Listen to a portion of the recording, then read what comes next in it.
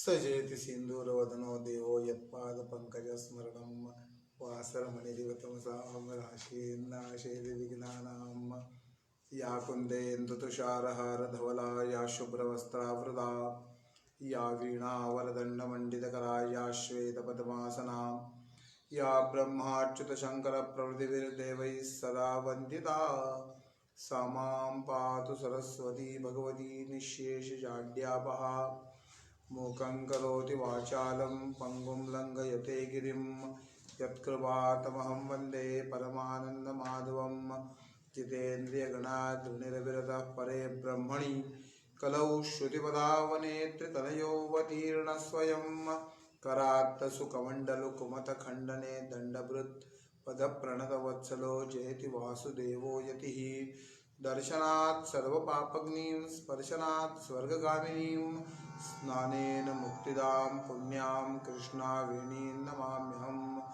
दृष्ट्वा जन्मशतं पापं स्पृष्ट्वा जन्मशतत्रयं स्नात्वा जन्मसहस्राणि हन्ति कृष्णा कलौ युगे गुरुर्ब्रह्मा गुरुर्विष्णु गुरुर्देवो महेश्वरः गुरुस्साक्षात् परब्रह्म तस्मै श्रीगुरवे नमः काषाय वस्त्रं करदण्डधारिणं कमण्डलुं पद्मकरेण शङ्खं चक्रं गदाभूषितभूषणाढ्यं श्रीपादराजं शरणं प्रपद्ये अवदुम्बरः कल्पवृक्षः कामधेनुश्च सङ्गमः चिन्तामणिगुरो पादौ दुर्लभो भुवनत्रये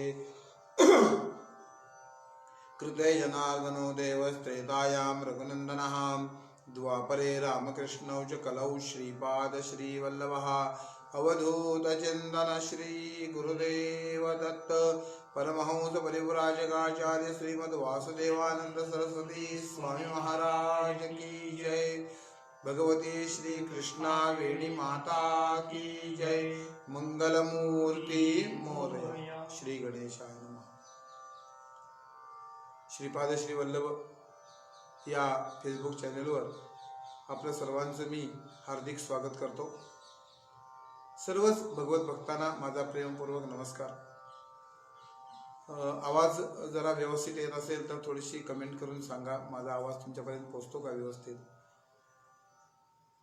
2 दिवसांच्या विश्रांतीनंतर आज पुन्हा आपण भेटतोय। या कृष्णा लहरीवर पुढचं चिंतन आपल्याला करायचं आहे। महाराजांना काय काय सांगायचं आहे याचा विचार आपल्याला करायचा आहे। तो विचार आपण करूया। याच्या मागचे जे भाग चुकलेले आहेत ते सगळे भाग आता 10च्या 10 भाग सगळे यूट्यूबवर आलेले आहेत। आपण सर्वांनी बघा, विचार करा, अभ्यास करा। मलाही थोडंसं कमेंट करून सांगा आपल्याला कसं वाटलं। जीवनामध्ये जी काही दुःख आपल्याला येतात त्याचं मूळ कारण जे आहे ते मूळ कारण म्हणजे आत्मस्वरूपाचं अज्ञान।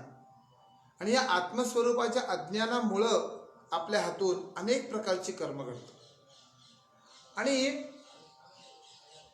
कर्म केल्यानंतर त्याचं फळ हे आपल्याला भोगावंच लागतं। त्यातून सुटका नाही आहे। कर्माचं स्वातंत्र्य आहे आपल्याला, कर्म कोणत्या प्रकारचं करायचं याचं स्वातंत्र्य आहे, परंतु फळ मात्र तुम्ही ज्या पद्धतीचं कर्म कराल त्या पद्धतीचं कर्म फळ तुम्हाला भोगावंच लागतं। आणि याच केलेल्या कर्माचं फळ म्हणूनच अशा प्रकारचं दुःख आपण जीवनामध्ये भोगत असतो आणि यातून आपल्याला मुक्त व्हायचं आहे।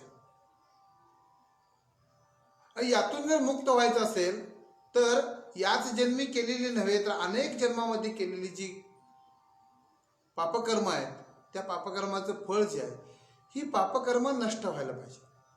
आणि ती पापकर्म नष्ट होण्याचं सामर्थ्य भगवती कृष्णावेणी मातेचं आहे। म्हणून महाराज भगवती कृष्णावेणी मातेची अतिशय तळमळीनं कळकळून प्रार्थना करतायत, भगवती कृष्णावेणी माते तू आमच्यावर कृपा कर। 38व्या लहरीवर आपण चिंतन करतो आहोत।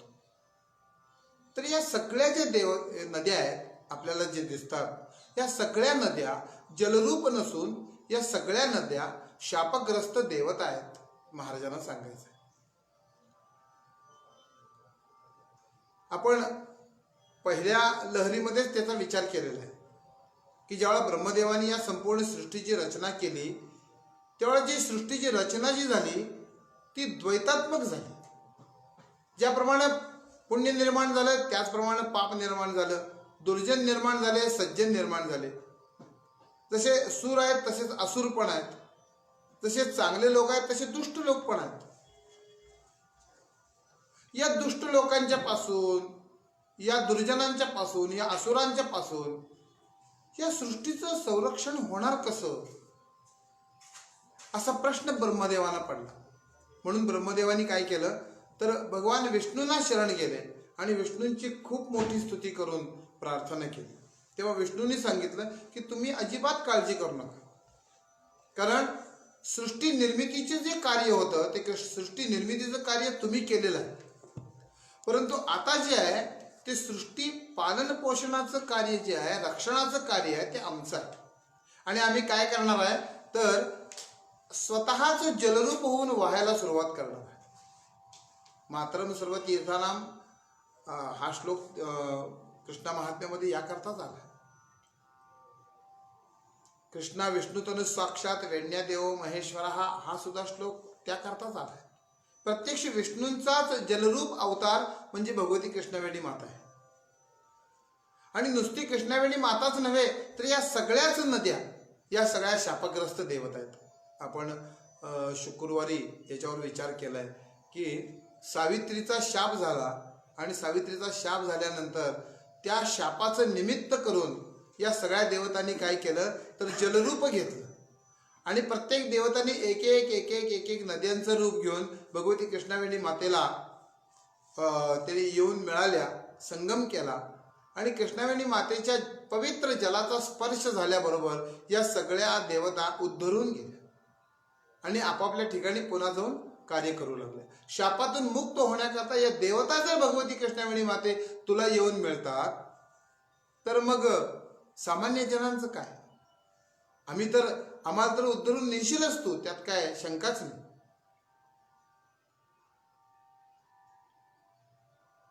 पुढची अतिशय सुंदर लहरी महाराज सांगतात. तमोन्नोत्ते भासा जगति खलु भास्वान्न भवति स्वयं ज्योतिस्सत्त्वां तपनमिव भासयत इत अये भातां त्वान्यद्युमणि सहितं भाति सकलं नमः श्रीकृष्णे ते जय शमित तृष्णे गुरुमते. भगवती कृष्णवेणी माते तू कशी आहेस तर स्वयं ज्योती महाराजांनी विशेषण दिले.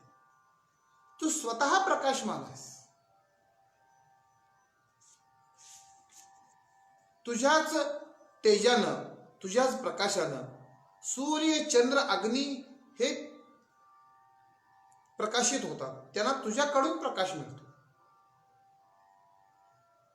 सूर्य जसा इतर नक्षत्रांना प्रकाशित करतो, सूर्य चंद्राला प्रकाशित करतो, सगळ्या चांदण्यांना तारकांना प्रकाशित करतो, त्याच्या प्रकाशाने या सगळ्या तारका प्रकाशित होतात. परंतु हा सूर्य, हा चंद्र, हा अग्नी तुला प्रकाशित करू शकत नाही, कारण त्यांना तुझ्यापासून प्रकाश मिळतो. या सगळ्या सूर्याला, चंद्राला, अग्नीला प्रकाशित करणारी तू आहेस. तू स्वतः कशी आहेस तर स्वयं ज्योती भगवती कृष्णवेणी माते तुझा जय जयकार असो. या लहरीला सुकृत टीकेमध्ये महाराजांनी खूप मोठा विचार केला.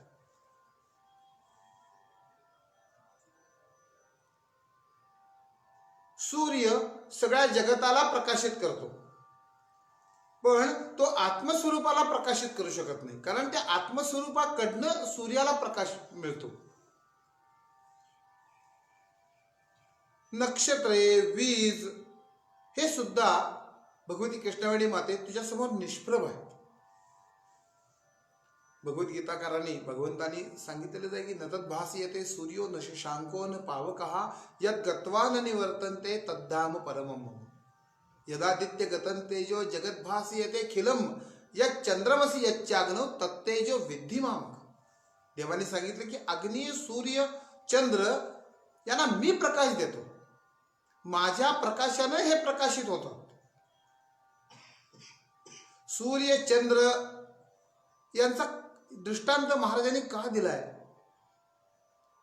कारण महाराजांनी या लहरीला, ही लहरी देत असताना त्वमेव जगत कारणम असा संदर्भ दिलाय. भगवती तू कशी आहेस, तर तू जगाचं कारण आहेस. कार्य नष्ट होत असतं, कारण कधी नष्ट होत नसतं. समजा मातीचा घडा आहे, मातीची घागर आहे, ती मातीची घागर कालांतरानं नष्ट होईल. ती कशात नष्ट होईल, तर कार्य कारणामध्ये नष्ट होत असतं. कारण कधी नष्ट होत नसतं, कारण हे नित्य असतं. घडा मातीमध्ये मिसळून जातो, परंतु माती नष्ट होत नाही, घडा नष्ट होत असतो.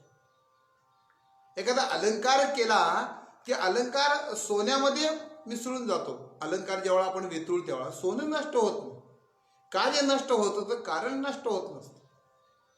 भगवती तू कशी आहे, तर संपूर्ण जगताला कारण असणारा परमात्मा तू आहेस. भगवती कृष्णावेणी माते, एवढं तुझं सामर्थ्य आहे. थोडा विचार वेगळा येतो. त्वमेव जगत कारणम असं जे म्हणताय, कसं आहे, एखादी खोली असते, खोलीमध्ये अंधार आहे, भरपूर वस्तू ठेवलेल्या आहेत त्या खोलीमध्ये. टेबल आहे, खुर्ची आहे, त्याच्यावरही काही वस्तू आहेत, कपाट आहे, कपाटात काही वस्तू आहेत. परंतु अंधार असल्यामुळं त्या वस्तूंचं ज्ञान आपल्याला होतं काय, त्या वस्तूंचं ज्ञान आपल्याला होत नाही. त्या वस्तू असल्या काय नसल्या काय सारख्याच आहेत. परंतु जेव्हा आपण आत जातो आणि लाईटचं बटन दाबतो आणि जेव्हा लाईट लागतो तेव्हा सगळ्या वस्तू आपल्याला दिसतात.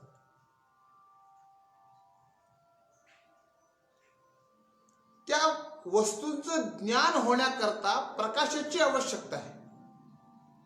प्रकाश जर नसेल तर त्या वस्तूंचं ज्ञान आपल्याला होत नाही. आणि संपूर्ण जगताचं ज्ञान प्राप्त होण्याकरता जो प्रकाश आहे, तो प्रकाश भगवती तू देतेस, तुझ्याकडून तो येतो. ते जे सामर्थ्य आहे, ते सामर्थ्य सूर्य, चंद्र, अग्नी यांचं असणं शक्यच नाही. कारण सूर्य निर्माण झालेला आहे, चंद्र निर्माण झालेला आहे, अग्नीला निर्माण केलेलं आहे, तुला निर्माण केलेलं नाही. तू सत्य आहेस, तू नित्य आहेस, तू कारण आहेस. सूर्य, चंद्र, अग्नी यांना तू प्रकाश देणार आहेस. भगवती कृष्णावेणी माते, तुझ्यामुळं हे संपूर्ण जगत आम्हाला दिसतं. या संपूर्ण जगताला प्रकाशित करणारी तू आहेस. सूर्य, चंद्र, अग्नी यांना प्रकाश तू देतेस. सूर्य, चंद्र, अग्नी या संपूर्ण जगताला प्रकाशित करतात. यांच्यामुळं आपल्याला या संपूर्ण जगताचं ज्ञान होतं. परंतु या ज्ञान करून देणाऱ्या तिन्ही प्रकाशित वस्तूंना तू प्रकाश देतेस. भगवती कृष्णावेणी माते, तू कशी आहेस, तर तू स्वयं ज्योती आहेस, स्वयं प्रकाशित आहेस. भगवती कृष्णावेणी माते, तुझा जय जयकार असो. नमः श्री कृष्णे ते, जय शमित तृष्णे गुरुमते. ही जी लहरी आहे आता येणारी, या लहरीचा खूप मोठा विचार आहे. माझ्या पद्धतीनं मी सांगण्याचा प्रयत्न करतो. ही लहरी सांगण्याचा अधिकार मला नाहीच आहे असं म्हटलं तरी चालेल. परंतु तरी सुद्धा माझ्या थोड्याशा अल्पज्ञानानं महाराजांची ही लहरी सांगण्याचा मी प्रयत्न करतो. यज्ञ आणि भगवती कृष्णावेणी मातेचं स्नान या दोन्हींची तुलना महाराज या श्लोकामध्ये, या लहरीमध्ये करतायत. थोडासा विचार आपण करूया.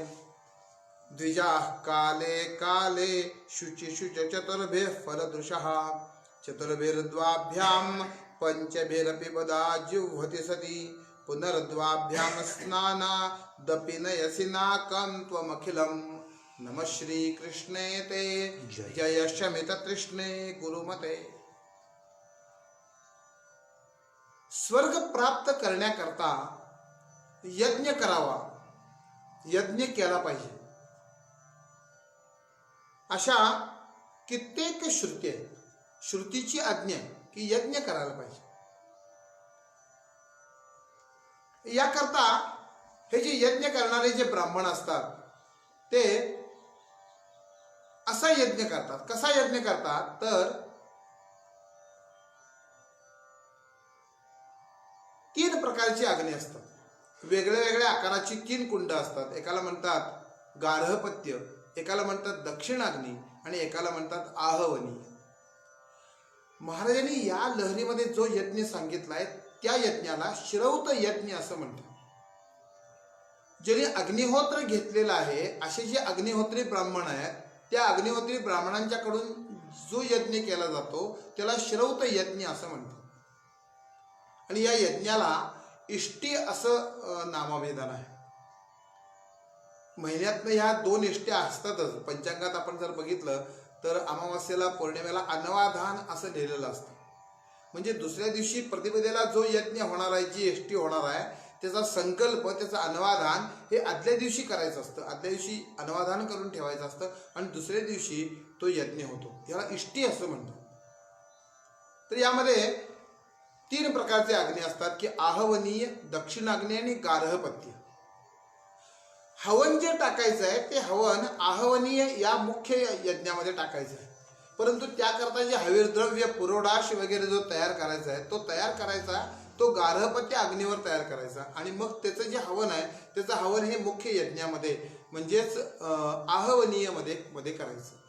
याच्याकरता 4 ब्राह्मणांची आवश्यकता आहे.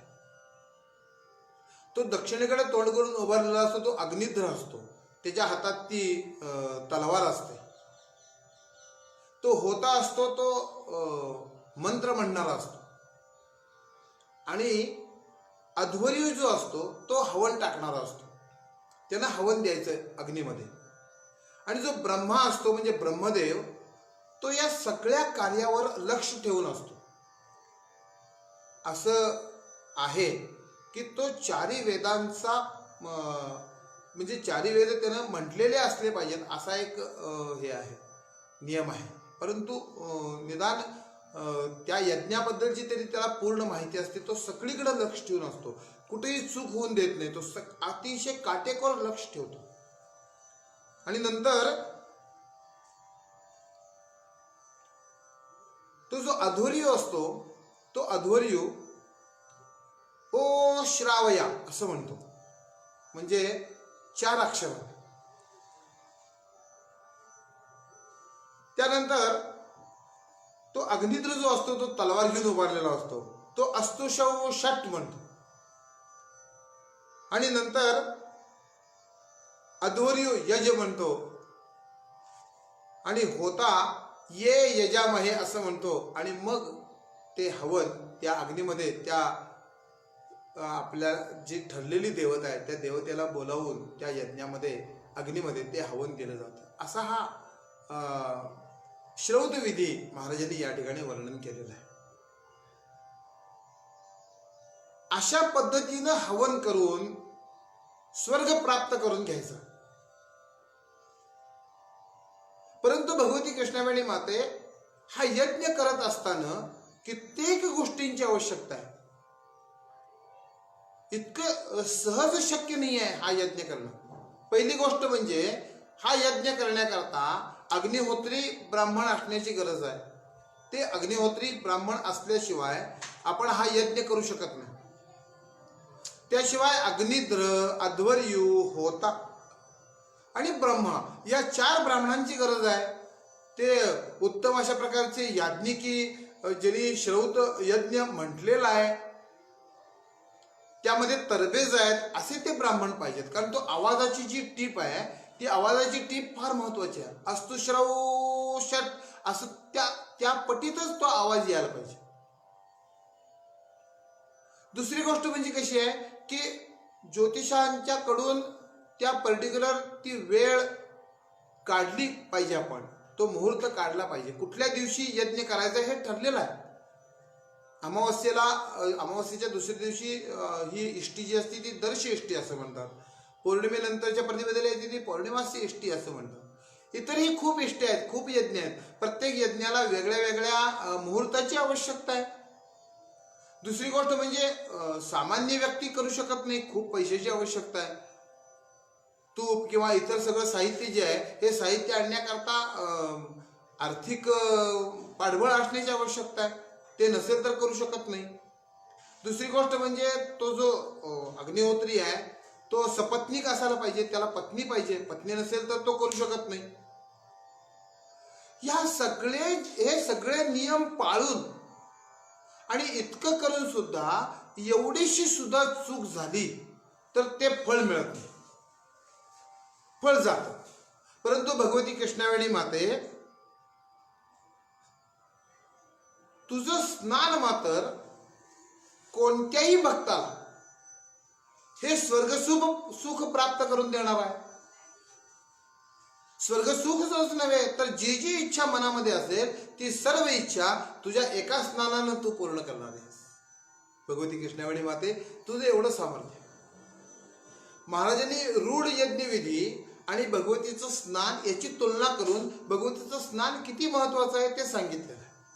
म्हणजे यज्ञ करू नका असा त्याचा अर्थ नाही आहे बरं का. कोणीही असा अर्थ करू नका, कारण यज्ञ करणं हे अत्यंत महत्वाचं आहे. भगवद्गीताकारांनी भगवंतांनी काय सांगितलं, काय आज्ञा दिली आहे? अन्नात भवती भूतानि पर्जन्याद अन्न संभव, यज्ञात भवती पर्जन्यो यज्ञ कर्म समुद्भव. आपण अन्नावर अवलंबून आहे आणि अन्न निर्मिती जी आहे, धनधान्याची निर्मिती आहे, धान्याची निर्मिती आहे, ही पर्जन्यावर अवलंबून आहे. आणि पर्जन्य हा यज्ञावर अवलंबून आहे.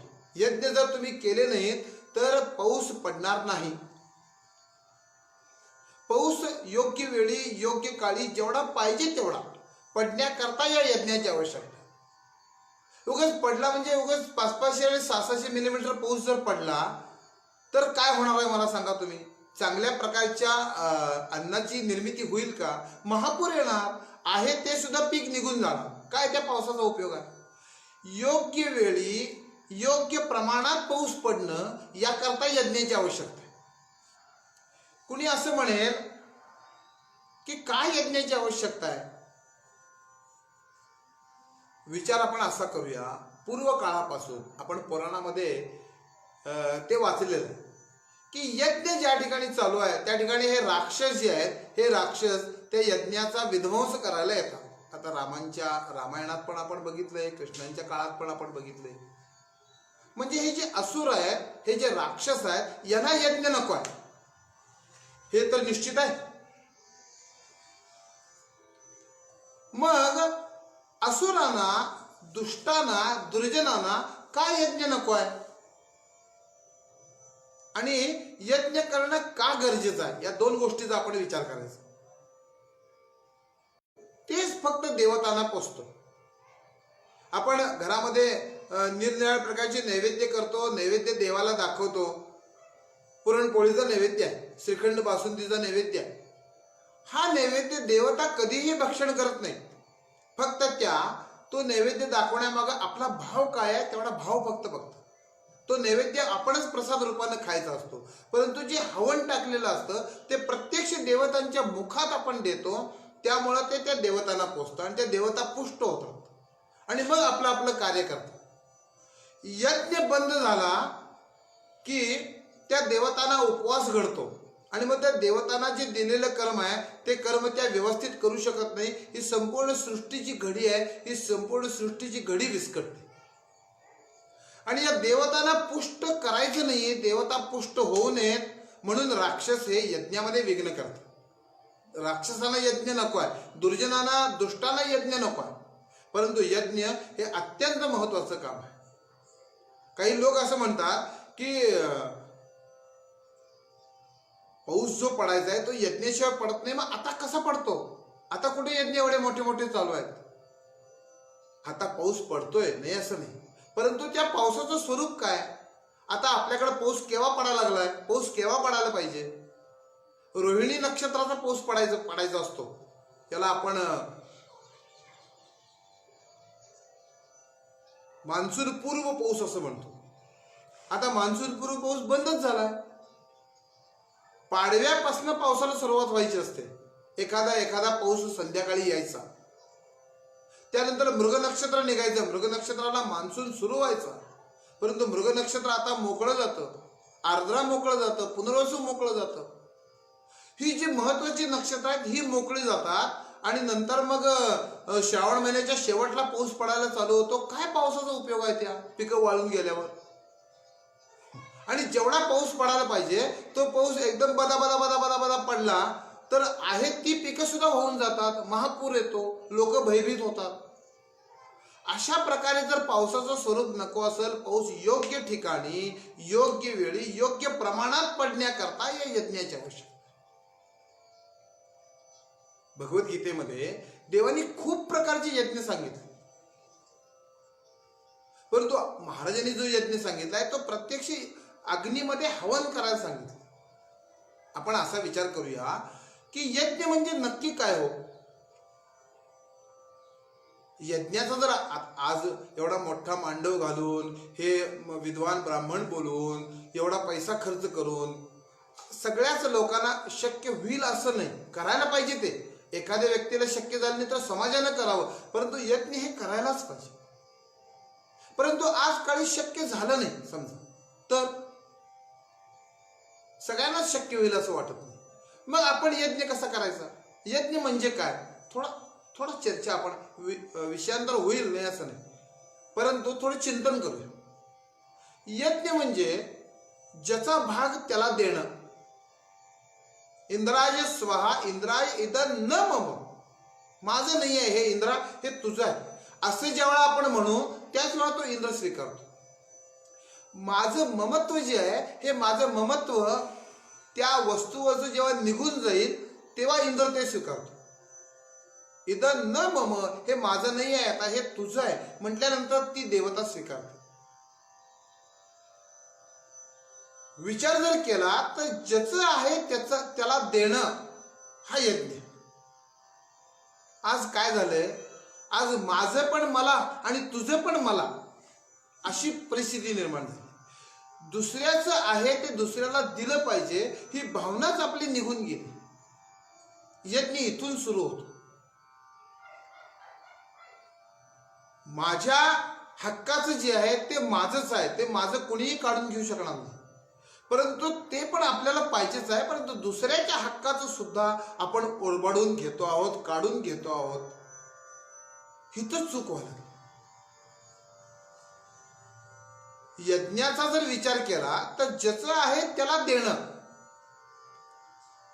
विचार असा करा, आपण पहिल्या दिवशीपासूनच तो विचार करत आलोय इथपर्यंत, की येताना आपण काहीही आणलेलं नाहीये, येताना मोकळ्या हाताने आपण आलो.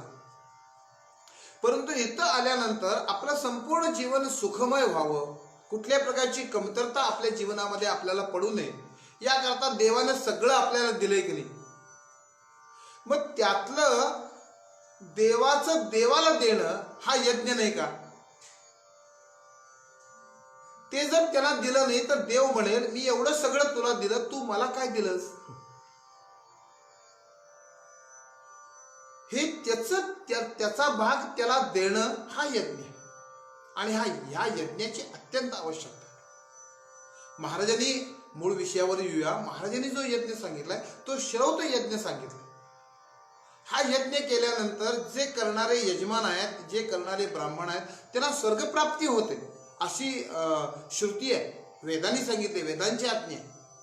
परंतु यामध्ये कुठल्याही प्रकारची कमतरता जर राहिली तर तो यज्ञ पूर्ण होत नाही आणि त्याचं फळ मिळत नाही. थोडीशी, सगळा 99.99% यज्ञ पूर्ण झालाय, परंतु फक्त 0.1 एवढा जरी कमतरता त्यात राहिली तरी सुद्धा फळ मिळत नाही.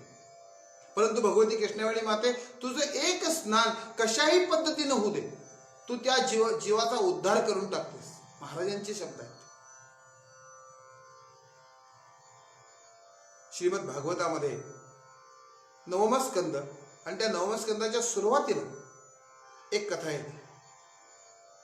त्या कथेचा थोडा विचार करूया, म्हणजे आपल्याला यज्ञ म्हणजे काय आणि महाराजांना ही लहरी सांगण्याच्या मागचा उद्देश आपल्या पटकन लक्षात येईल. म्हणून श्रीमद भागवत. नभगांचे पुत्र नाभाग, हे नाभाग पाठशाळेमध्ये विद्या शिकण्याकरता म्हणून गेले आणि 12 वर्षापर्यंत ते परतच आले नाहीत. परत आले नाहीत म्हटल्यावर हे जे बाकीचे भाऊ आहेत, या बाकीच्या भावांनी काय केलं,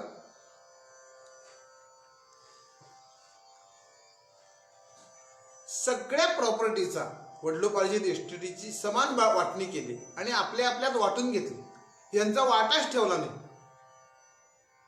12 वर्ष पूर्ण ज्ञानी झालेले हे नाभाग परत आपल्या घरी आले आणि घरी आल्यानंतर त्यांनी विचारलं की म्हणले माझा भाग कुठं आहे वडिलोपार्जित इस्टेटीत. तेव्हा त्यांनी सांगितलं की तू जे गेलास तू तिकडंच गेलास, त्यामुळं आम्ही काय तुझा भाग ठेवलेला नाही, आम्ही सगळा भाग आम्ही आमच्यात वाटून घेतलाय.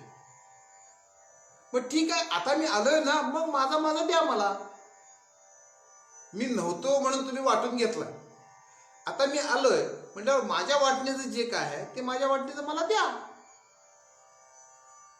योग्यच मागणी आहे त्याची. परंतु यांनी काय सांगितलं की आता तुला देता येणार नाही, कारण तू गेलास ते तिकडच गेलास, आता आम्ही ते आमच्यात वाटून घेतलं. अतिशय निराश झालेले, नाराज झालेले हे जे नाभाग आहेत, हे नाभाग आपल्या मोठ्या भावाला विचारतात, बरं मग मला काय देणार आहे तुम्ही, तुमच्या इच्छेनं द्या. ते त्यांनी सगळ्यांनी सांगितलं की तुझ्या करता आम्ही वडील ठेवलेले आहेत, हे वडील तू घे, तुझ्या वाटणीला वडील. अतिशय वृद्ध झालेले ते वडील, त्या वडिलाला त्या नाभागानं घेतलं. केवढे मोठे उपकार आहेत तुमचे म्हटला, भावाना म्हणतो केवढे मोठे उपकार आहेत तुमचे माझ्यावर, की एवढी मोठी वडिलोपार्जित संपत्ती तुम्ही मला दिली. काय आहे की जी प्रॉपर्टी भावानी वाटून घेतली आहे ती प्रॉपर्टी नष्ट होणारी आहे, काय उपयोग नाही त्या प्रॉपर्टीचा. परंतु ही जी प्रॉपर्टी आहे, ही प्रॉपर्टी थोड्याशा सेवेनं मोक्ष प्राप्त करून देणार आहे. पुंडलिक वडिलांची सेवा करतायत, आईची सेवा करतायत, तर प्रत्यक्ष पांडुरंग येऊन उभारलेत. विचार करा, आई वडिलांची जी सेवा आहे ही सेवा इतकी महत्वाची आहे, देवाची सेवा करण्याची आवश्यकता नाही. आई वडिलांच्या सेवेनं देव प्रसन्न होतो, देवाची वेगळी सेवा करण्याची आवश्यकता नाही. इतका आनंद झाला नाभागाना. ते वडील सांगतायत नाभागाना, काय सांगतायत, अरे तू मोठी चूक करतोयस, तू यांच्याकडनं मागून घे, हे तुला फसवा लागलेत, तू असं करू नकोस, यात तुझं नुकसान आहे. तो म्हणतो बाबा तुम्ही मला मिळालेत ना, मग मला आता काही आवश्यकता नाही, बस मला वडिलोपार्जित माझी प्रॉपर्टी मला मिळाली. अतिशय आनंदाने त्यानं वडिलांना घेतलं आणि तो घरातून जाऊ लागला. वडील पण ज्ञानी होते. हे अंबरीशांचे आजोबा आहेत, नाभागांचे पुत्र अंबरीश आहेत, की ज्यांनी देवांना 10 अवतार घ्यायला लावले. एकादशीचं व्रत अंबरीशांनी केलं. खूप मोठे संत आहेत, योगी. हे वडील नभग. हे नभग पुढे आल्यानंतर नाभागांना विचारतायत की अरे तू मला आता घेऊन आलायस खरं, परंतु तुझा प्रपंच कसा चालणार, घर कसं चालणार, उद्या आपल्या जेवणाची व्यवस्था काय. तो म्हणतो बाबा काही ना काहीतरी व्यवस्था होईल, तुम्ही काही काळजी करू नका. शेवटी बाबांनीच याला सांगितलं की तू असं कर, काय कर की गंगेच्या किनाऱ्यावर हे जे अंगिरस ऋषी आहेत, अंगिरस गोत्रातले हे जे सगळे ऋषी आहेत, हे ऋषी मोठा यज्ञ करतात. 9 दिवसाचा सत्र आहे आणि त्या 9 दिवसाच्या सत्रामध्ये शेवटच्या दिवशी पूर्णाहुती घातली की वरनं विमान येणार आणि ते विमानात बसून सदेह ही सगळी मंडळी स्वर्गाला जाणार, असा तो यज्ञ. परंतु होतंय काय की एक चूक घडते आणि ती चूक घडल्यामुळं यांना त्या यज्ञाचं पूर्ण फळ मिळत नाही. हे पुन्हा यज्ञाला सुरुवात करतात. असं कित्येक दिवस हे 9 दिवसाचा यज्ञ करतात.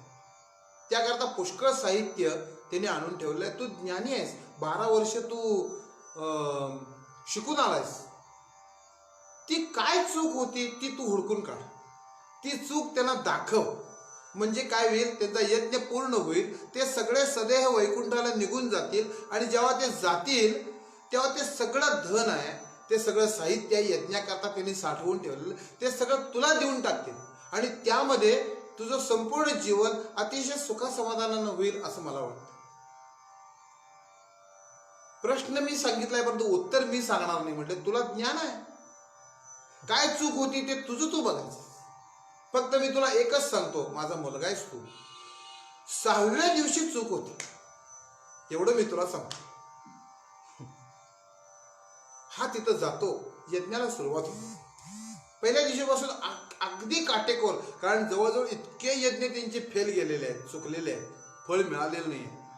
परंतु ते विचार करतायत की काहीही चूक होऊन द्यायची नाही. सगळे अगदी काटेकोर नजरेनं इथं हे म्हणायला पाहिजे, इथं हे म्हणायला पाहिजे, इथं हे म्हणायला पाहिजे. सगळ्यांचं लक्ष, कुठेही चूक होऊन द्यायची नाही. आणि असल्याबरोबर हा उठून उभारला आणि त्या अंगिरस ऋषी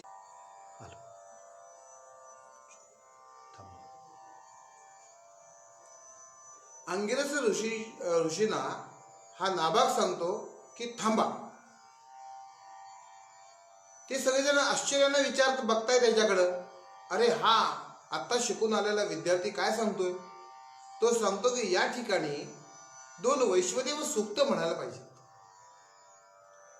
असं म्हटल्याबरोबर ते जे ग्रंथ काढून बसलेले जे सगळे गुरुजी लोक होते ते भरा भरा भरा भरा आपली पोथ्या काढून बघा लागले.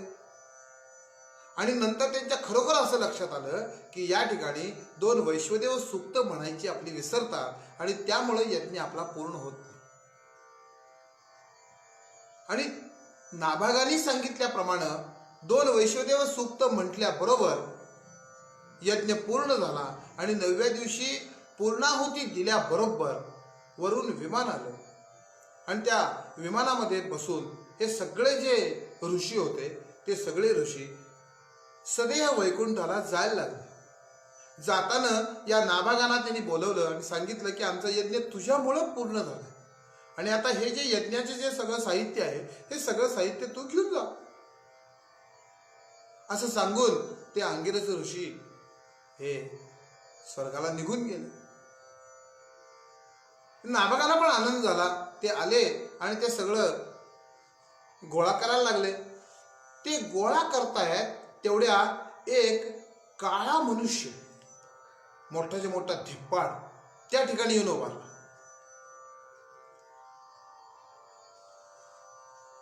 तो म्हणतो नाभागांना की हे जे सगळं साहित्य आहे हे सगळं साहित्य माझं आहे. हा नाभाग म्हणतो की आता अंगिरस ऋषींनी मला हे दिलंय. त्यांनी सांगितलं की हे जे आहे हे सगळं आता तुझं आहे, कारण तुझ्यामुळं आमचा यज्ञ पूर्ण झाला. तेव्हा तो म्हणतो की हे माझं आहे. दोघांचं माझं तुझं चालू झालं. एवढ्यात तो जो मनुष्य आहे काळा येऊन उभारलेला तो म्हणतो नाभागांना की तू असं कर की तू जा आणि तुझ्या वडिलांना विचारून ये की असं असं झालंय आणि हे कोणाचं आहे. वडील जसं सांगतील तसं आपण करूया. हा नाभाग जो आहे हा नाभाग आपल्या वडिलांच्या जवळ जातो आणि वडिलांना विचारतो की बाबा असं असं झालंय, अंगिरस ऋषींना विमान आलं, ते सगळे ऋषी सदैव वैकुंठाला निघून गेले आणि जाताना तुम्ही सांगितल्याप्रमाणे ते सगळं साहित्य ते मला देऊन गेले. परंतु ते आणत असताना असा एक मनुष्य येऊन उभारलाय अतिशय धिप्पाड काळा. तो म्हणतो हे सगळं माझं आहे. तर बाबा हे त्याचं कसं हो? माझ्यामुळे यज्ञ पूर्ण झालाय म्हटल्यावर ते माझं नाही का? त्या बाबांनी नभगानी, ते सुद्धा योगी होते, सत्पुरुष होते, त्यांनी डोळे मिटले आणि त्याला सांगितलं की ते म्हणताय ते अगदी बरोबर. कारण यज्ञामध्ये जे उरतं ते सगळं रुद्रांचं असतं आणि तो जो आलाय तो प्रत्यक्ष भगवान शंकरांचं रूप आहे. ते भगवान शंकरच प्रत्यक्ष आलेले आहेत, रुद्रच ते आलेले आहेत. आणि त्याला फक्त एवढंच सांग हे सगळं तुमचं आहे, माझं नाही. माझं नाही म्हणता यायला पाहिजे. यज्ञ कशाला म्हणतात? हे इदन्न मम, हे माझं नाही आहे, हे तुमचं आहे, असं जीवनामध्ये कुठं ना कुठतरी आपल्याला म्हणता यायला पाहिजे. जरी आपलं नसेल तरी सुद्धा आपलं दुसऱ्याला देता यायला पाहिजे. याला यज्ञ म्हणायचं. ते जे नाभाग आहेत ते नाभाग येतात आणि साष्टांग नमस्कार घालतात. आणि त्याला सांगतात की माझ्या वडिलांनी सांगितले की हे जे सगळं उरलंय हे सगळं तुमचं आहे, माझं नाही. त्यांना अतिशय आनंद झाला. त्यांनी सांगितलं तुझे वडील खरोखरच सत्य बोलणारे आहेत आणि तूही सत्य बोलणार आहेस, म्हणून हे सगळं मी तुला देतो, मला नको. परंतु लक्षात ठेव की यज्ञ शेष जे असतं ते सगळं रुद्रांचं असतं आणि रुद्रांच्याकडनं आपण घ्यायचं असतं. पहिल्यांदा त्यांना द्यायचं असतं. आपल्याला द्यायचंच माहित नाही, घ्यायचंच फक्त आपल्याला माहित आहे. जीवनामधल्या ज्या सगळ्या समस्या आहेत या सगळ्या समस्या यामुळं आहेत. यज्ञाची जी महत्ता आहे ती यज्ञाची महत्ता यातच आहे, यज्ञाचं महत्व यातच आहे. माझं नाही आहे हे देवा, हे तुमचं आहे, माझं काहीही नाही आहे. मी मोकळ्या हाताने आलोय, जाताना मोकळ्या हाताने जाणार आहे. आयुष्यभर ब्रँडेड कपडे घातलेले आहेत, परंतु जाताना एकच ब्रँडचा कपडा मला मिळणार आहे. सगळ्यांना तोच, श्रीमंत असेल तरी तोच कपडा, दरिद्री असेल तरी तोच कपडा, वेगळा नाहीये. सगळ्यांना एकच ब्रँड. संपूर्ण जीवनामध्ये मोठ्या मोठ्या गाड्यातने फिरलो असेल, दरवर्षी नवीन गाडी, परंतु जाताना मात्र प्रत्येकाला एकच गाडी, त्याच गाडीतनं जायचंय सगळे बिनचाकाच्या. आता तर पूर्वी प्रत्येकाकरता नवीन साहित्य आणलं जायचं बांबूचं, ते बांबू बांधायचे आणि न्यायचं. आता तर तसं नाही आहे. आता संपूर्ण गावाकरता एकच करून ठेवलंय. श्रीमंत असेल तरी त्याने त्याच्यावरच जायचं, गरीब असेल तरी त्याच्यावरच जायचं. सगळ्या गावाला एकच गाडी, तीच गाडी सगळ्यांच्या करता वापरायची आणि त्याच जागेवर जायचं. प्रत्येकाकरता वेगळी जागा नाही आहे. प्रत्येकाने त्याच ठिकाणी जाऊन आपलं जीवन संपवायचं. मी जर येताना काही आणलेलं नाही आहे, जाताना जर मी काही नेणार नाही आहे, तर एवढी आसक्ती या सगळ्या भौतिक विषयावर आपली का? ती कुठेतरी कमी व्हावी याकरता या यज्ञांची आवश्यकता आहे. यज्ञ म्हणजे न मम इदं न मम, देवा हे माझं नाही आहे, हे देवा हे सगळं तुमचं आहे. असा हा यज्ञ महाराज या ठिकाणी सांगतायत. अतिशय सुंदर वर्णन केलं. म्हणजे फक्त भगवती कृष्णावेणी मातेचं स्नान करायचं आणि यज्ञ करायचा नाही असा याचा अर्थ नाही आहे, बिलकुल नाही. यज्ञाचं महत्व फार मोठं आहे. महाराजांचं जर चरित्र तुम्ही बघितलं तर महाराजांनी प्रत्येक ठिकाणी यज्ञ करून घेतलेले आहेत. पवमान स्वाकार झालेले आहेत, विष्णुयाग झालेले आहेत, दत्तयाग झालेले आहेत, चातुर्मास्य याग महाराजांनी ह्या सांगितलेल्या पद्धतीप्रमाणे कित्येक ठिकाणी करून घेतलेले आहेत लोकांच्याकडे. का तर यज्ञाची अत्यंत आवश्यकता. परंतु तुलनात्मक दृष्ट्या भगवतीची स्तुती करतायत. आपण मागे बघितलं की गंगेबरोबर महाराजांनी भगवती कृष्णावेणी मातेची स्तुती केली. म्हणजे गंगा कमी नाही आहे, गंगेचं सामर्थ्य तेवढंच आहे. गंगा ही तेवढीच सामर्थ्य संपन्न आहे तेवढी भगवती कृष्णावेणी माता. जशी भगवती कृष्णावेणी मातेचं स्नान महत्वाचं आहे, त्याचप्रमाणे यज्ञ महत्वाचे. यज्ञ न करता फक्त भगवती कृष्णावेणी मातेचं स्नान महाराजांनी करायला सांगितलं, असा कृपा करून तुम्ही अर्थ या लहरीचा काढू नका.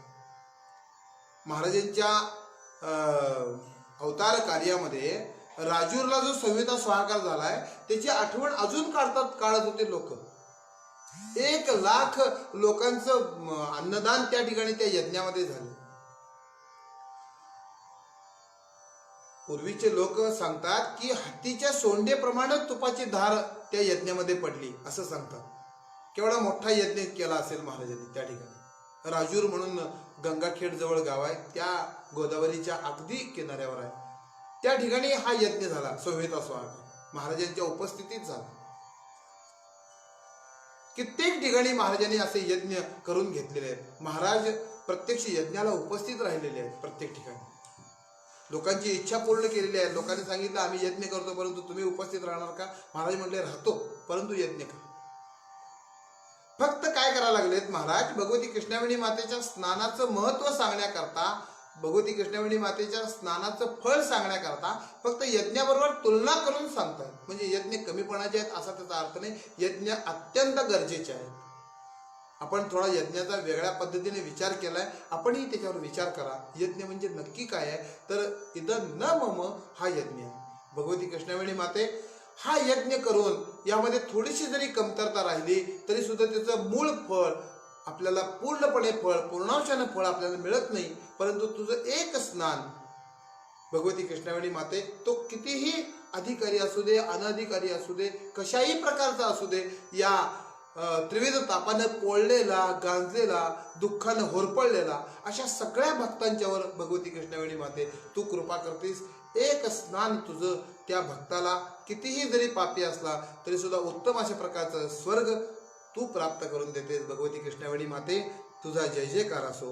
नमः श्री कृष्णे ते जय शमित तृष्णे गुरु.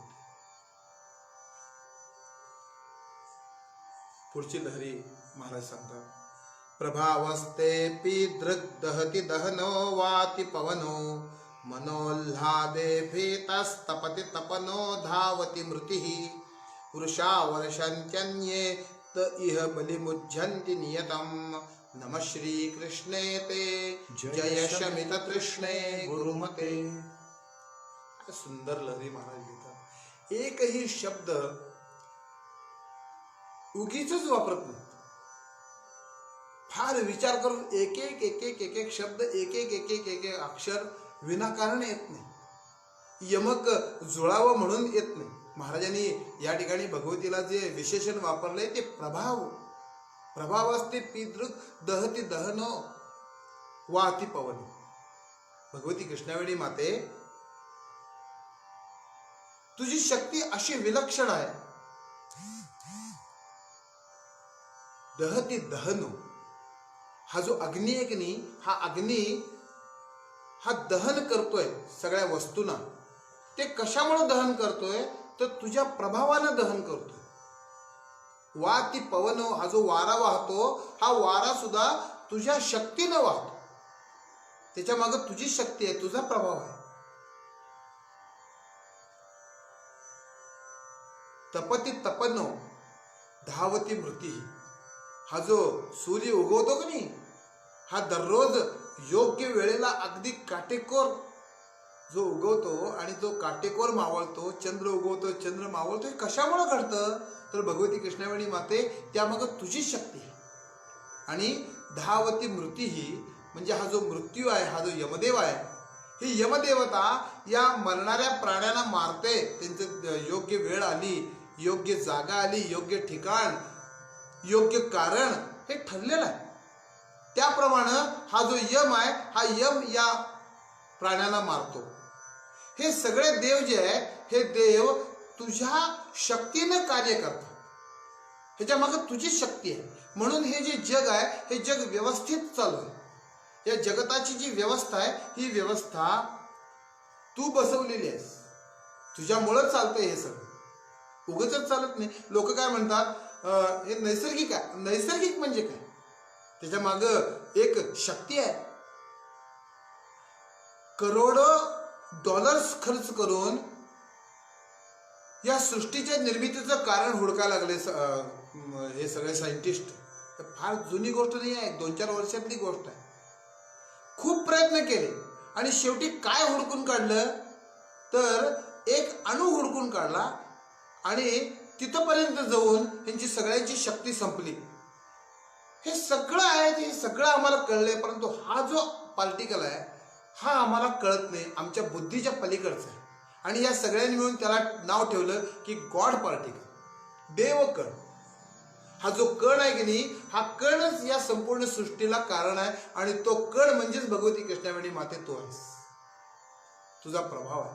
म्हणून हे सगळं जग व्यवस्थित चालतं. प्रभाव हा शब्द वापरलाय की नाही, तर सामर्थ्य असा सुद्धा शब्द वापरता आला असता. भगवती हे तुझं सामर्थ्य आहे. परंतु सामर्थ्य हा शब्द असं म्हणूया आपण, या शब्दाला मर्यादा आहे. कारण सामर्थ्य हे प्रसंगानं सिद्ध होत असतं. म्हणजे एक 3-4 लोकांच्या बरोबर लढायचं, मारामारी करायची माझी शक्ती आहे, माझं सामर्थ्य आहे असं गृहीत धरा. ते मला केव्हा दाखवायला मिळणार? जेव्हा 4 लोक माझ्या अंगावर येतील त्याच वेळा मला ते दाखवायला मिळणार, त्याशिवाय मला दाखवायला मिळणार नाही. ते नित्य नाही आहे, अनित्य आहे, प्रसंगानुरूप आहे. परंतु हा जो प्रभाव आहे, हा प्रभाव नित्य आहे. म्हणजे कसं, थोडं उदाहरण जर बघायचं म्हटलं तर एक शक्तिमान लोहचुंबक घ्या. तो लोहचुंबक कधीही केव्हाही 24 तास लोखंडाला आपल्याकडे ओढणारच की नाही. असं नाही आहे की केव्हा तरी ओढला आणि केव्हा तरी ओढला नाही, असं होईल काय. लोखंड, त्या चुंबकाची जी शक्ती आहे लोखंडाला आपल्याकडे ओढून घेण्याची, ही शक्ती आहे, ही शक्ती नित्य आहे. याला म्हणतात प्रभाव. आपल्या प्रभावानं तो ओढून घेतो, आकर्षित करून घेतो आपल्याकडे. तशी भगवतीचा जो प्रभाव आहे तो प्रभाव नित्य आहे. आणि ह्या तिच्या शक्तीनं, या प्रभावानं हे सगळं जग असं व्यवस्थित चालू आहे. या ज्या सगळ्या देवता आहेत, या देवता आपली आपली जी कार्य करायला लागलेत ते भगवतीला घाबरून करायला लागले, हे भगवतीला भिलेत. थोडक्यात सांगायचं म्हणजे अगदी साधा दृष्टांत जर आपण घेतला की ऑफिस आहे, ऑफिसमध्ये आपण सगळेजण काम करतो, सगळेजण आपल्या आपल्या टेबलावर बसलेत, काम करताय, चर्चा चालू आहे. आज तू डब्यातनं काय आणलाय, आज तू डब्यातनं काय आणलाय, तिकडे कोरोनाची चर्चा आहे, तिकडे महापुराची चर्चा आहे, तिकडे पावसाची चर्चा आहे, मोबाईलची चर्चा आहे. कोणी मोबाईलवर मेसेज टाईप करतोय, कोणी काय करतोय, कोणी काय करतोय, प्रत्येकाचं चाललंय, चर्चा चालू आहे. चर्चा करता करता काम पण चालू आहे. परंतु हेच जर साहेब केबिन मध्ये आहे समजा, तर अशा पद्धतीची चर्चा होईल काय. प्रत्येक जण मान खाली घालून आपलं आपलं काम बरोबर करतो. का तर साहेब केबिन मध्ये, साहेब केबिन मध्ये एवढी जाणीव त्यांना आपलं आपलं काम करायला प्रवृत्त करते. हा प्रभाव आहे त्या साहेबाचा त्या ऑफिसवर.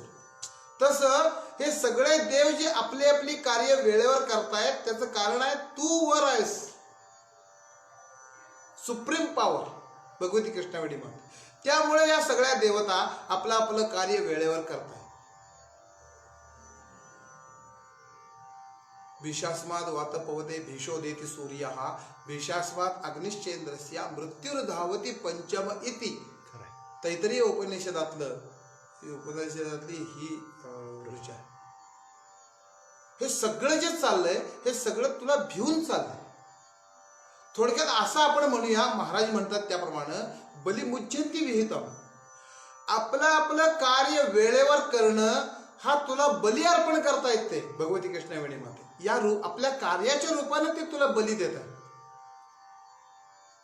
भगवती कृष्णावेणी माते एवढं तुझं सामर्थ्य. आणि हे सांगत असताना महाराजांनी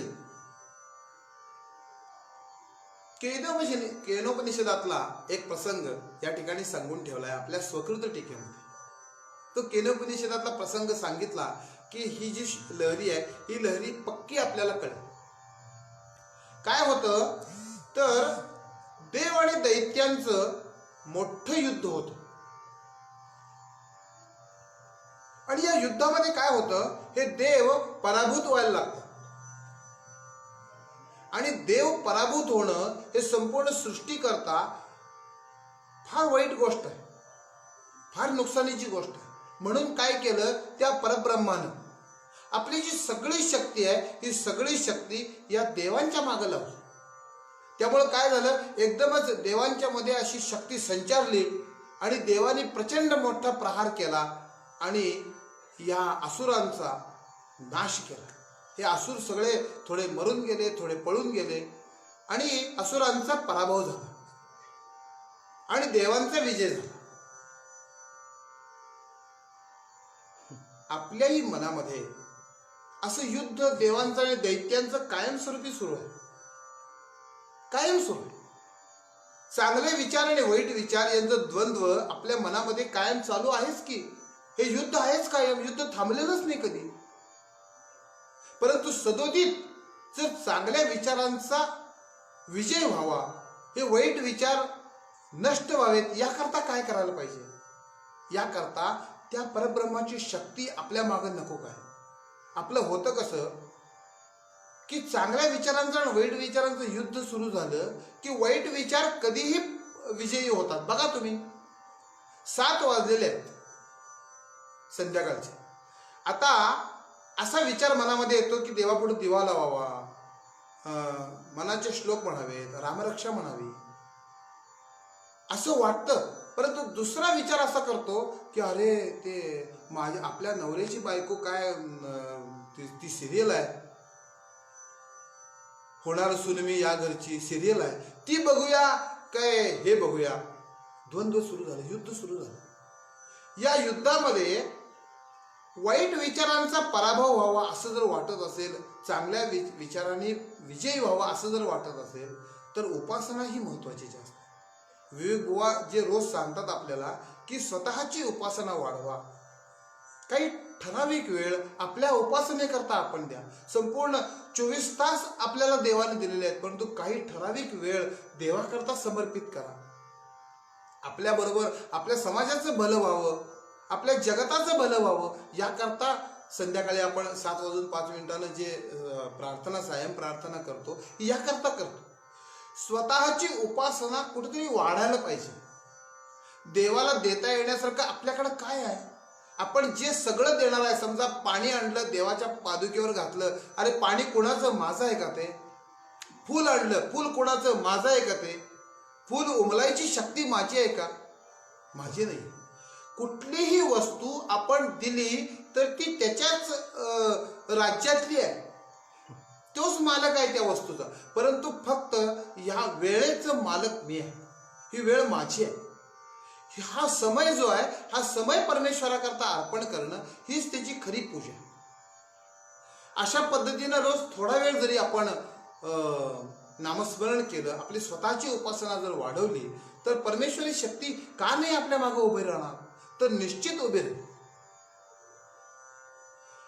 ही जी परमेश्वर शक्ती आहे, ज्याला आपण परब्रह्म असं म्हणतो, ती परब्रह्म या देवतांच्या मागे उभारलं, देवतांचा विजय झाला.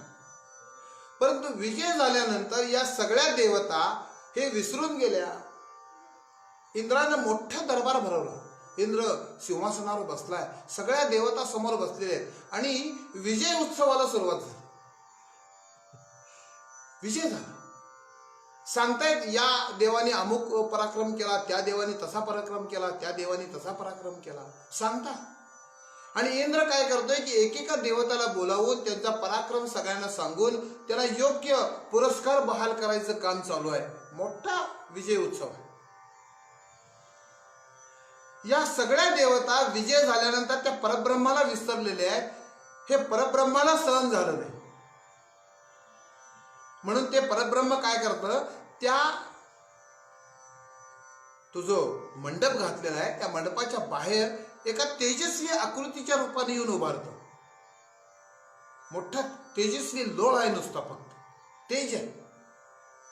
इंद्रानं बघितलं की काहीतरी दिसतंय.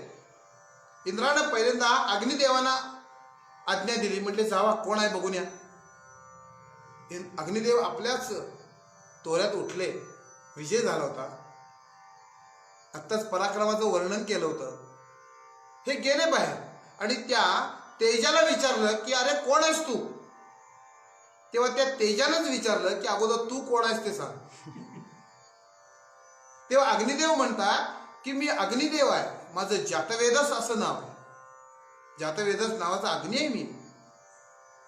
तेव्हा त्या शक्तीने विचारलं की अरे तुझं सामर्थ्य काय, तुझी शक्ती काय ते सांग.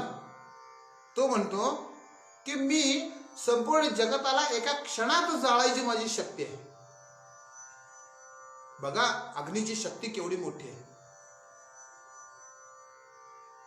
तेव्हा त्या देवतेनं, त्या तेजानं काय केलं तर एक वाळलेली गवताची काडी घेतली आणि ती ठेवली आणि अग्निदेवानं सांगितलं की या काडीला जरा जळून दाखव. अग्निदेवाने त्या काडीकडे बघितलं, भरपूर फाफू फाफू फाफू केलं, घामेघूम झाले, परंतु ती काडी जळायची तर दूरच राहिली, ती जागची हल्ली सुद्धा नाही.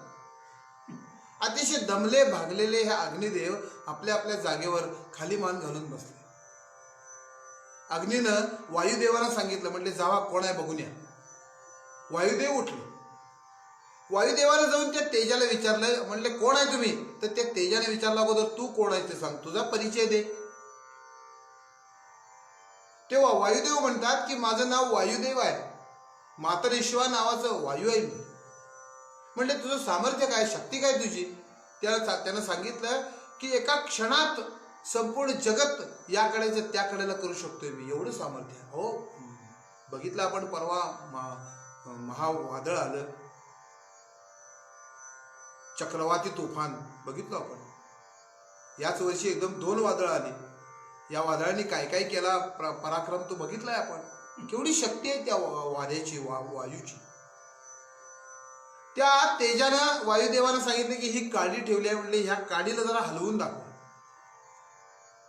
त्या वायुदेवाने सुद्धा भरपूर प्रयत्न केला त्या काडीला हलवायचा, परंतु ती काडी हल्ली सुद्धा नाही जागची. उडून जायचं तर दूरच. घामे गुम झाली, धाप लागली, हा हू करून. अतिशय मान खाली घालून ते पुन्हा जागेवर येऊन बसले. इंद्रानं एक एक देवतेला पाठवलं, परंतु सगळ्या देवता खाली मान घालून परत आल्या. आता फक्त इंद्रदेव उरले. आता सगळे देव संपल्यानंतर इंद्रदेव स्वतः उठले आणि त्या तेजासमोर आले. आणि तेजासमोर आल्याबरोबर ते तेज त्या ठिकाणी गुप्त झालं आणि शंकरांची पत्नी पार्वती उमा त्या ठिकाणी प्रगट झाली. इंद्रदेवानी त्या उमेला म्हणजे त्या पार्वतीला विचारलं की आईसाहेब, म्हटले आता इथं जे तेज होतं ते तेज कोण? तेव्हा ही उमा जी आहे म्हणजेच पार्वती आईसाहेब इंद्राला सांगताय की अरे ज्याच्यामुळे तुम्हाला विजय मिळाला ते परब्रह्म आहे. ते तुम्हाला विजय तुमच्या शक्तीने मिळालेला नाहीये, तुम्ही पराभूत झाला होता. परंतु तुमचं पराभूत होणं हे संपूर्ण जगताकरता वाईट कृत्य आहे, नुकसानीचं आहे. म्हणून त्या शक्तीनं तुम्हाला शक्ती दिली, म्हणून तुम्ही पराक्रम करू शकला, म्हणून तुमचा विजय झालाय. आणि तुम्ही विजय झाल्यानंतर त्या शक्तीला विसरून गेलाय. तुम्ही त्या शक्तीला विसरून गेला म्हणून ही शक्ती या ठिकाणी प्रगट झाली. मग इंद्राच्या लक्षात आलं की हे परब्रह्म जे आहे ते परब्रह्म म्हणजे काय. या परब्रह्माच्या शक्तीनं आपल्याला सामर्थ्य येतं. विचार थोडा आपण या ठिकाणी थांबून करायचा आहे की आपल्याला जी शक्ती आहे, आपल्याला जे सामर्थ्य आहे, ते सामर्थ्य कुणामुळे आहे? तर त्या परब्रह्मामुळे आहे, त्या परमेश्वरामुळे आपल्याला शक्ती आहे. परंतु होतं कसं, आपल्याला थोडी शक्ती आली की आपण त्या परब्रह्माला, परमेश्वरी शक्तीला आपण आव्हान द्यायला लागतो की देव नाहीच आहे.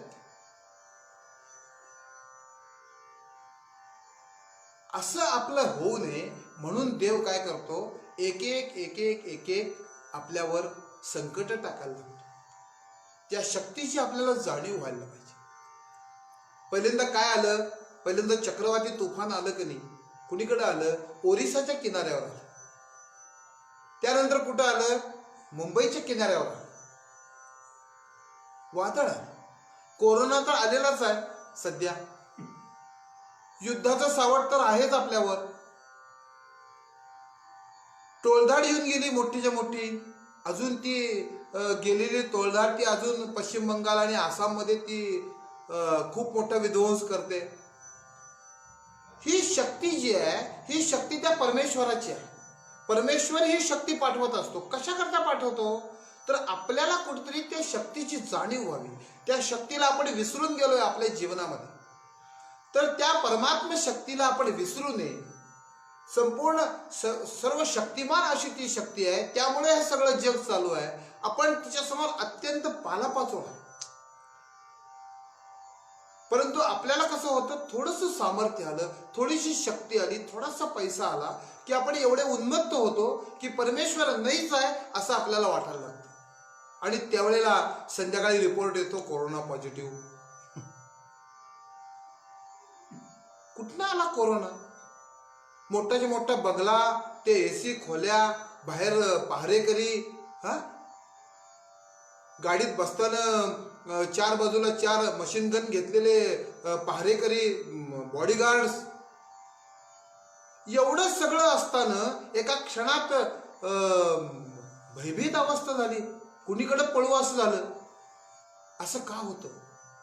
ही शक्ती जी आहे, ही शक्ती आपल्याला जाणीव करून देते की अरे तुमच्या वर मी कुठेतरी आहे, लक्षात ठेवा, मला विसरू नका. ह्या ज्या सगळ्या समस्या येतात, या सगळ्या अडचणी येतात, या सगळ्या परमेश्वरी शक्तीने येतात, त्याची जाणीव कुठतरी आपल्याला व्हावी याकरता महाराजांनी हे लहरी सांगितले अत्यंत तळमळीनं. त्या परमेश्वरी शक्तीला विसरू नका, हेच फक्त महाराजांना या लहरीतनं सांगायचं आहे. भगवती कृष्णावेणी माते, तुझा एवढा मोठा प्रभाव आहे, त्या प्रभावाने हे संपूर्ण जगत असं चालू आहे. भगवती कृष्णावेणी माते, एवढी सामर्थ्य संपन्न तू आहेस. तुमच्या सामर्थ्यासमोर आमची पाप म्हणजे किती आहे, क्षुल्लक आहे. भगवती कृष्णावेणी माते, एका क्षणात तू त्या सगळ्या नष्ट करून टाकशील. आम्हाला आमचा उद्धार कर, आम्हाला उचलून घे. भगवती कृष्णावेणी माते, तू जर आम्हाला उचलून घेतलं नाहीस तर आमचा सांभाळ करणारे या त्रैलोक्यामध्ये दुसरं कोण आहे. आई आहेस तू आमची.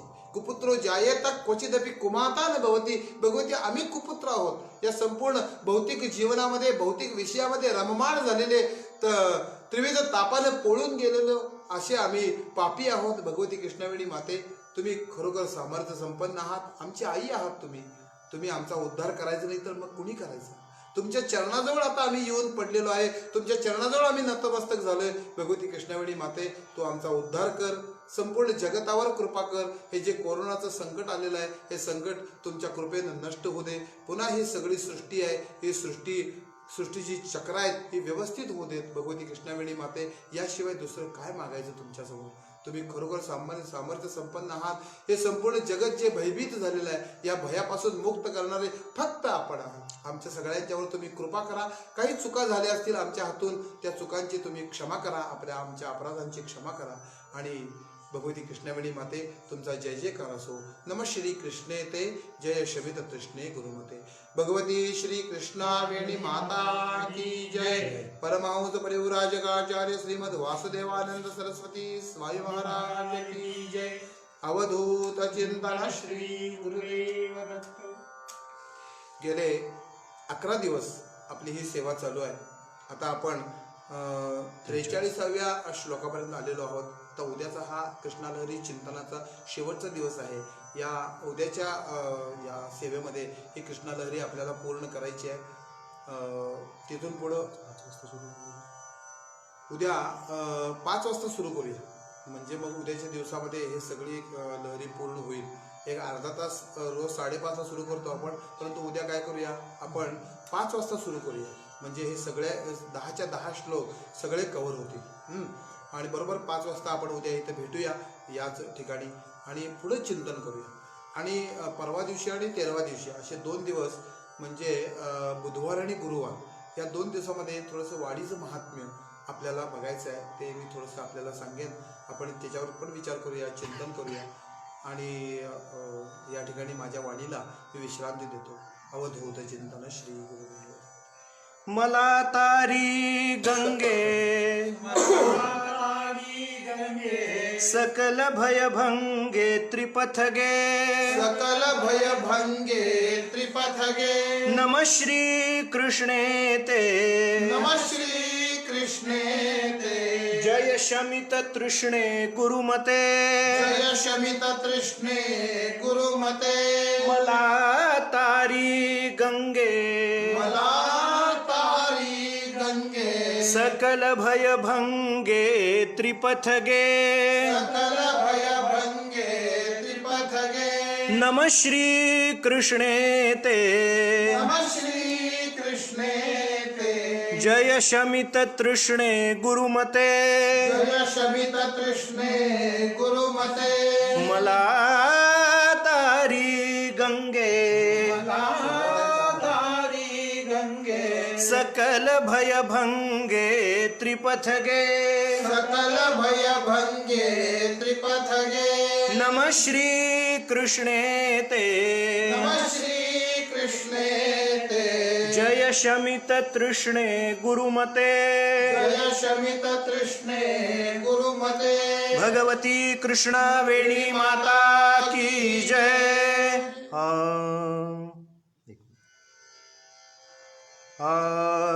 आरती ओवाळू श्री कृष्णे, तुझला वारित तृष्णे. आरती ओवाळू जी पातक वार्ता न च उरवी सेवक कामा पुरवी त्रिभुवनी सत्कीर्ती जी मिरवी भजता दैन्या नुरवी बरवी गती देजी श्री कृष्णे तुची परिहृत तृष्णे आरती ओवाळू जीच्या उभय तटी अपरिमित तीर्थे सती शस्त स्नाने पाने जी पुनीत करीती ऐसी मात व्यासे वर्णियली श्री कृष्णे तुची प्रशमित तृष्णे आरती ओवाळू अपार तव महिमा नच सीमा लागे ती तू परमा पुरविसी निज कामा निज नामा घेता देसी धामा म्हणूनी वासुदेव श्री कृष्णे तुझला प्रार्थी अनुष्णे आरती ओवाळू श्री कृष्णे तुझला वारित तृष्णे आरती ओवाळू आरती ओवाळू आरती ओवाळू भगवती कृष्णा वेणी माता की जय.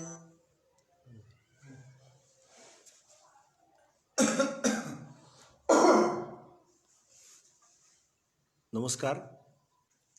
भगवती कृष्णावेणी मातेचं महात्म्य आपण कृष्णालहरीच्या माध्यमातून कृष्णालहरीच्या या स्तोत्रातून रोज श्रवण करत आहात. बंडोपंत पुजारी, हरिनारायण चोपदार पुजारी. उद्या कृष्णालहरी स्तोत्राची सांगता या ठिकाणी होईल.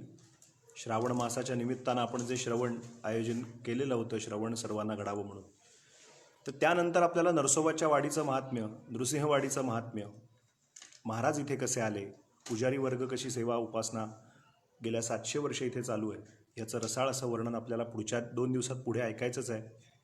उद्यासुद्धा ऐकायचं असल्यामुळे कृष्णालहरीची सांगता, शेवट असं न म्हणता उद्या सांगता असल्यामुळे उद्याबरोबर 5 वाजता आपण पुन्हा एकत्र जमूया आणि 5 ते 6:30 दीड तास उर्वरित ज्या लहरी आहेत त्याच्यावरती गुरुजींनी विवरण करतील आणि नंतर पुढच्या 2 दिवसामध्ये नृसिंहवाडीचं महात्म्य आपल्याला त्यांच्या मुखातून ऐकायला मिळेल. सगळ्यांना खूप खूप धन्यवाद. सगळ्यांना प्रेमपूर्वक नमस्कार. संध्याकाळी 7:05 ते 8:15 सामूहिक नित्य उपासना आपण जी रोजची करतो, विश्वप्रार्थना करतो, त्यात 1-2 जणांचे काल परत मेसेज आले होते की मध्ये जेव्हा आपण थांबता तेव्हा लक्षात येत नाही, तेव्हा 4च गोष्टीची प्रार्थना आपण करतो. एक, पहिली, जेव्हा आपण थांबतो सर्वेत्र सुखिनः सन्तु म्हणून, पूर्णमदः पूर्णमिदं म्हणून, तेव्हा पहिली प्रार्थना आपण अशी करतो की जे संपूर्ण महाराष्ट्रातून, भारतातून, भारताच्या वेगळ्या वेगळ्या राज्यातून, देशातून आणि विदेशातून कोरोनामुळे आज दुर्दैवाने ज्यांचा मृत्यू झाला आहे त्यांना दत्तकृपेनी, आपापल्या इष्टदेवतेच्या कृपेनी त्यांना उत्तम सद्गती लाभू दे, अशी पहिली प्रार्थना. विश्वप्रार्थना म्हणजे काय असेल, 1-2 जणांनी विचारलं होतं म्हणून हा खुलासा. दुसरं, जे कोणी कोरोनाग्रस्त झाले असतील किंवा जे कोणी या महामारीत अडकले असतील त्यांना उत्तम अशी वैद्यकीय व्यवस्था, मेडिकेशन त्यांचं सगळं छान होऊ द्या, त्यांना डॉक्टरी व्यवस्था चांगली मिळू द्या, औषधोपचार चांगले मिळू द्या. त्यांना जे कोणी असतील, जे जीव त्यात सापडले असतील जगभरातनं, भारतापासून जगभरात जेवढे जीव त्यामध्ये अडकले असतील त्या सगळ्यांना चांगल्यात चांगली व्यवस्था होऊ द्या, ही दुसरी प्रार्थना. तिसरी प्रार्थना, जे इसेन्शियल सेवा जी करतायत, रोजच्या नित्य व्यवस्थेसाठी जे राबतायत हात आपल्यासाठी, त्यांना उत्तम असं संरक्षण मिळू द्या. मग ते पोलीस खात्यातले असतील, डॉक्टर असतील, वैद्य असतील, प्रशासकीय जी मंडळी असतील सगळी, बँकर्स असतील, मिलिटरीमन असतील, राजकीय आपल्या सगळ्या व्यवस्था असतील, त्या सगळ्यांना उत्तम संरक्षण मिळू द्या, त्यांच्याबद्दल कृतज्ञता म्हणून तिसरी प्रार्थना. चौथी प्रार्थना, आपल्या अगदी माझ्या घरापासून, गल्लीपासून, गावापासून, तालुक्यापासून, जिल्ह्यापासून, राज्यापासून, राष्ट्रापासून, जगापर्यंत हा कोरोना आता कायमचा नष्ट होऊ द्या म्हणून प्रार्थना चौथी. आणि 5वी प्रार्थना महाराजांना एवढीच करायची आपापल्या इष्टदेवतेला. आपण आता इथे दत्त महाराजांना म्हणूया, प्रत्येकाने आपापल्या इष्टदेवतेप्रमाणे म्हटलं तरी चालेल. पाचवी प्रार्थना ही की महामारीमध्ये हा एक अपूर्व असा दुर्लभ असा नरजन्म मिळाला आहे, तो असा वाया जाऊ नये, तर त्यापासून आमचं रक्षण करा आणि उर्वरित आयुष्यात आमच्याकडनं भरपूर उपासना साधना नामस्मरण घडू द्या, अशी पाचवी प्रार्थना क्रमाने करून 3 मिनिटाचं ध्यान करून ही प्रार्थना त्या दरम्यान करून मग पुढे करुणा त्रिपदी, धावे आणि बाकीची उपासना होईल. सगळ्यांनी त्याचाही नक्की लाभ घ्यायचा आहे. संध्याकाळी ऑडिओ ब्रॉडकास्ट होतं, ते थोड्याच वेळात आता सुरू होईल, 10-15 मिनिटात. सगळ्यांना खूप खूप शुभेच्छा. उद्या 5 वाजता भेटूया. अवधूत चिंतन श्री गुरुदेव दत्त दत्त दत्त.